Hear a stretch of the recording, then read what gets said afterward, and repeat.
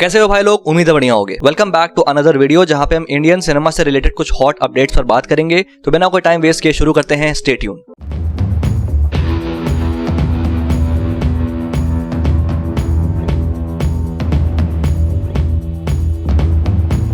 तो आते हैं सबसे पहले अपडेट पे, जो कि movie fans specially Tamil fans के लिए एक बहुत बड़ा झटका रहा। एंड पर्सनली मैं भी इस चीज की उम्मीद नहीं कर रहा था और ना ही चाह रहा था। एंड वो अपडेट ये है कि थलपति विजय फाइनली पॉलिटिक्स में एंट्री कर रहे हैं एंड अब वो मूवीज नहीं बनाएंगे। तमिलगा वेट्री काजगम नाम से उन्होंने अपनी एक पॉलिटिकल पार्टी फॉर्म करी है जिससे वो 2026 में इलेक्शंस लड़ेंगे। और जहां तक फिल्म करियर का सवाल है तो उनकी जो फिल्म ऑन द कार्ड्स थी उनको वो कंप्लीट करेंगे, अकॉर्डिंग टू विच उनकी 69th फिल्म उनकी लास्ट फिल्म होगी before completely dedicating himself to politics. 68th film होगी the greatest of all time Venkat Prabhu के साथ। बाय द वे मैंने गोड के ऊपर एक बहुत ही डिटेल वीडियो बनाई है, तुम चाहो तो उसको चेकआउट कर सकते हो। एंड उनकी 69th फिल्म कौन सी होगी और कौन से डायरेक्टर के साथ होगी इस बात की कोई भी ऑफिशियल कंफर्मेशन अभी तक नहीं आई है, क्योंकि उनकी अपकमिंग मूवी स्लेट्स में एक फिल्म कार्तिक सुब्बाराज के साथ भी थी और एक फिल्म एटली के साथ भी थी। अब सिंस इन दोनों में से कोई एक ही बनेगी तो ये बताना बहुत मुश्किल है कि कौन सी। कुछ उड़ते रूमर्स आए हैं कि थलपति विजय की 69th फिल्म एटली के साथ होने वाली है। एंड इफ दैट्स ट्रू तो ये वही फिल्म हो सकती है जिसमें कि थलपति विजय SRK के साथ पेयर अप करेंगे। बाकी एक्चुअली में क्या होगा ये तो वक्त ही बताएगा। एंड इस न्यूज के बारे में क्या फील करना है एक्चुअली में मुझे नहीं पता। मैंने लास्ट ईयर लियो को थिएटर में बहुत एंजॉय किया था एंड पर्सनली लियो मेरे लिए एक बहुत ही स्पेशल फिल्म है, एक फिल्म एक्सपीरियंस के पॉइंट ऑफ व्यू से भी और फ्लिक सर्कल के पॉइंट ऑफ व्यू से भी, क्योंकि मेरे चैनल को लियो की वीडियो से बहुत बड़ा बूस्ट मिला था एंड मैं काफी एक्साइटेड था and I was looking forward to more films from Thalapathy Vijay, क्योंकि उनकी जो अपकमिंग मूवी का स्लेट था वो काफी प्रॉमिसिंग नजर आ रहा था। पर उनकी पॉलिटिकल एंट्री हम फिल्म फैंस के मुंह पे ऐसे पानी फेंकेगी इसकी उम्मीद किसी को भी नहीं थी, क्योंकि तमिल सिनेमा के लिए थलपति विजय जैसे स्टार के स्टारडम का बड़े स्क्रीन पर से एब्सेंस एक लॉस स्टेटमेंट तो है और लियो के अराउंड जो हाइप थी वो इस बात का सबूत है। और जो सबसे बड़ा सवाल आता है वो ये है कि अब LCU का क्या,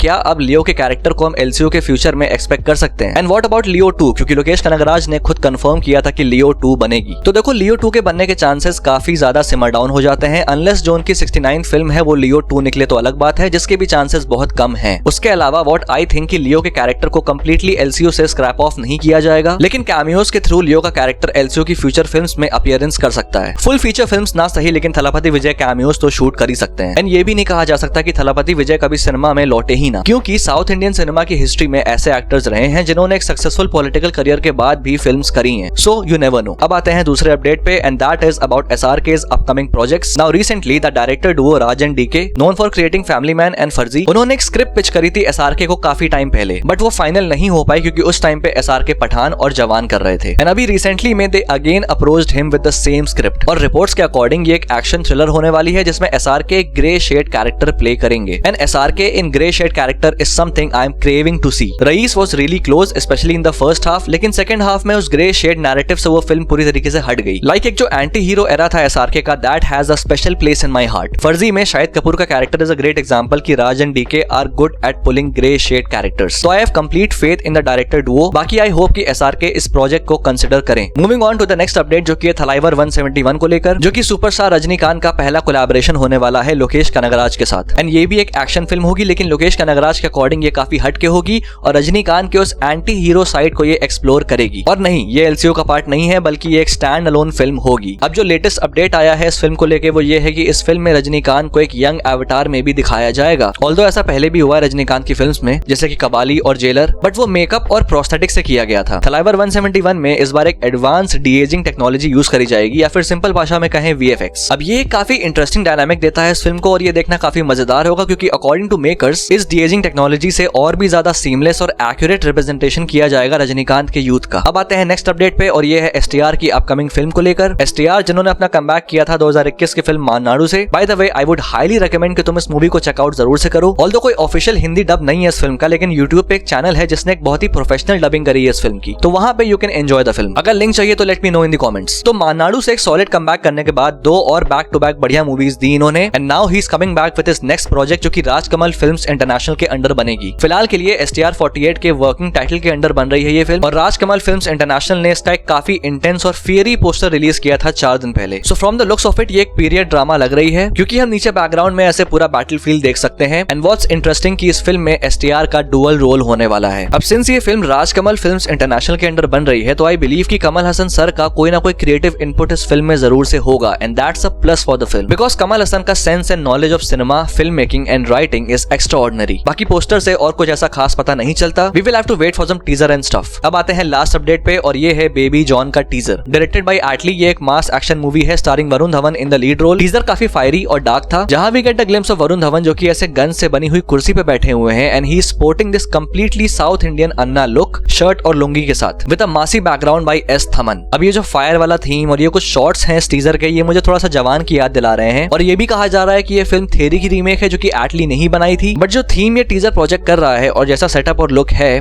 उसको देख के मुझे कुछ थेरी जैसा नहीं लग रहा है। हालांकि ये जो पर्टिकुलर सीन है ये थेरी के उस रेन वाले फाइट सीक्वेंस की याद मुझे जरूर दिला रहा है। तो हो सकता है कि ये थेरी की ही स्टोरी का एक दूसरा रेंडिशन हो, एक रीटेलिंग जहाँ पे चीजों को बदला गया है। अब थेरी में विजय एक पुलिस वाला होता है जो कि बाद में पहचान बदल के जोसेफ के नाम से रहता है। बट बेबी जॉन के टीजर में जैसे ये गन्स और थीम दिख रहे हैं उसको देख के मुझे ऐसा लग रहा है कि पुलिस वाले की जगह इस बार जो लीड होगा वो शायद गैंगस्टर हो एंड अब अपनी पहचान बदल के कहीं और रह रहा हो एंड आई जस्ट रियलाइज कि मैंने लियो की कहानी सुना दी। एनीवे, तो जैसा कि फिल्म डायरेक्ट कर रहे हैं Atlee and there is no denial in the fact कि एटली को कमर्शियल सिनेमा बनाने आता है एंड he has a 100% track record at the box office like pure enjoyable and well made masala movies जिसमें ऐसी चीजें भी होती हैं which will make you question science. But वो फिल्म ऐसा माहौल क्रिएट करती है कि यू आर लाइक अबे हटाओ यार, मजा आ रही है। विजुअल प्रेजेंटेशन उनकी फिल्म का हमेशा से बढ़िया रहता है एंड बेबी जॉन के टीजर में भी सेम चीज कंसिस्टेंट है। बाकी बात करें वरुण धवन की तो I believe that he is a director's actor. The right director can utilise the true potential of the actor. Badlapur, October, Bhediya जैसी movies prove this and this is the first time we will be seeing Varun Dhawan in an out and out massy avatar. And देखना ये है कि एटली उनके acting potential को इस्तेमाल करके उनके इस मासी अवतार को जस्टिस दे पाते हैं या नहीं। बाकी I am looking forward to some more teasers and trailers from this film. So that's it for the video. बाकी तुम्हारे क्या थॉट्स हैं मुझे कमेंट बॉक्स में लिख के जरूर से बताना और हाँ, वीडियो पसंद आए तो लाइक कर देना और अगर पहली बार यहाँ पे आए तो सब्सक्राइब करना मत भूलना ऐसी और वीडियोस के लिए।